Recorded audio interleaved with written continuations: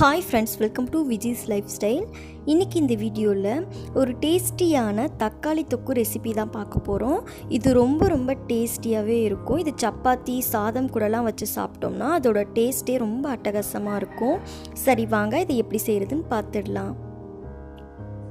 இதுக்கு ஒரு பேனில் ஒரு 4 ஸ்பூன் அளவுக்கு நல்லெண்ணெய் ஆட் பண்ணிக்கலாம். நல்லெண்ணெய் தான் இந்த ரெசிபிக்கு வந்து டேஸ்ட்டு கொடுக்கும். ஆயில் நல்லா ஹீட் ஆனதுக்கு பிறகு 1/2 ஸ்பூன் அளவுக்கு கடுகு நல்லா பொரிஞ்சதுக்கு பிறகு 1 ஸ்பூன் அளவுக்கு உளுத்தம்பருப்பு இதையும் ஆட் பண்ணிவிட்டு அதோட கலர் லைட்டாக சேஞ்ச் ஆகிற அளவுக்கு இதையும் வந்து வறுத்துக்கலாம். இது நல்லா வறுப்பட்டதுக்கு பிறகு நான் வந்து ஆனியன் ஆட் பண்ணியிருக்கேன். இதுக்கு வந்து நான் பெரிய வெங்காயம் 3 பெரிய வெங்காயம் எடுத்திருக்கேன். வெங்காயம் வந்து இதில் நிறைய சேர்த்தோம் அப்படின்னா கிரேவி நல்லா கிடைக்கும். ஸோ 3 பெரிய வெங்காயம் சின்னதாக கட் பண்ணி எடுத்திருக்கேன். கொஞ்சமாக வந்து சால்ட் ஆட் பண்ணிவிட்டு இந்த வெங்காயத்தை அந்த கலர் சேஞ்ச் ஆகிற அளவுக்கு நல்லா வந்து இதை வந்து வதக்கிக்கலாம். குறைஞ்சது ஒரு 2 நிமிஷமாவது லோ ஃப்ளேமில் வச்சு இந்த வெங்காயத்தை நல்லா வதக்கி எடுத்துக்கலாம். இந்த வெங்காயம் வதங்கும் போது கூடவே ஒரு கொத்து அளவுக்கு கருவேப்பிலை கொஞ்சமாக ஆட் பண்ணிவிட்டு அதையும் வந்து இதோட சேர்த்து வதக்கிக்கலாம். வெங்காயம் நல்லா வதங்கினதுக்கு பிறகு இதில் தக்காளி ஆட் பண்ணிக்கலாம். நான் 6 பெரிய தக்காளி நீல வாக்கில் கட் பண்ணி எடுத்திருக்கேன். ஸோ அதையும் இதில் சேர்த்துட்டு இந்த தக்காளி நல்லா வந்து மசிஞ்சு வர அளவுக்கு இதை வந்து நம்ம வதக்கி எடுத்துக்கணும். நல்ல பழுத்த தக்காளியாக ஆட் பண்ணோம் அப்படின்னா தொக்கு ரொம்ப டேஸ்டியாக கிடைக்கும்.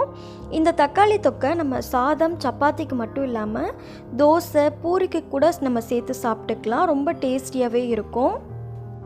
இது கூடவே 15 போல் பூண்டு பற்கள் சேர்த்துட்டு நல்லா வந்து அந்த தக்காளி பூண்டு இது எல்லாம் நல்லா வதங்கணும்.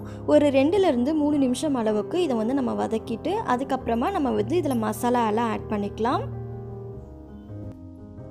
இப்போ தக்காளி நல்லா மசிஞ்சதுக்கு பிறகு இதில் நம்ம மசாலா ஆட் பண்ணிக்க போகிறோம்.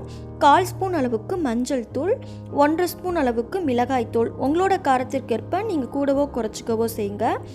அடுத்ததான் 1/2 ஸ்பூன் அளவுக்கு கரம் மசாலா இதெல்லாம் ஆட் பண்ணிவிட்டு இந்த மசாலாவோட ராஸ்மல் போகிற அளவுக்கு இதை வந்து நம்ம வந்து வதக்கி எடுத்துக்கலாம்.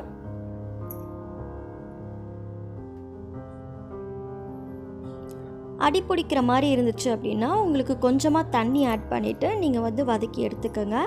இப்போ வந்து இந்த ஸ்டேஜில் இந்த ரெசிபிக்கு தேவையான அளவுக்கு உப்பு கொஞ்சம் ஆட் பண்ணிவிட்டு இதை வந்து ஒரு 5 நிமிஷம் போல் லோ ஃப்ளேமில் வச்சு நம்ம வந்து குக் பண்ணி எடுத்துக்கலாம்.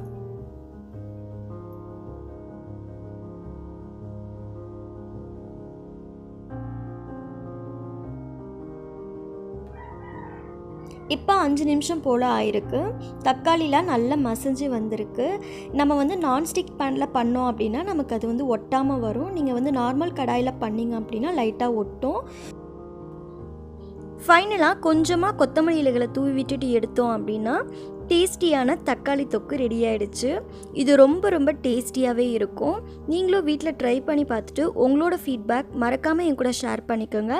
இந்த வீடியோ உங்களுக்கு பிடிச்சிருந்ததுன்னா லைக் பண்ணுங்கள், ஷேர் பண்ணுங்கள், மறக்காமல் நம்மளோட சேனலை சப்ஸ்கிரைப் பண்ணிடுங்க. தேங்க்ஸ் ஃபார் வாட்சிங். தேங்க்யூ.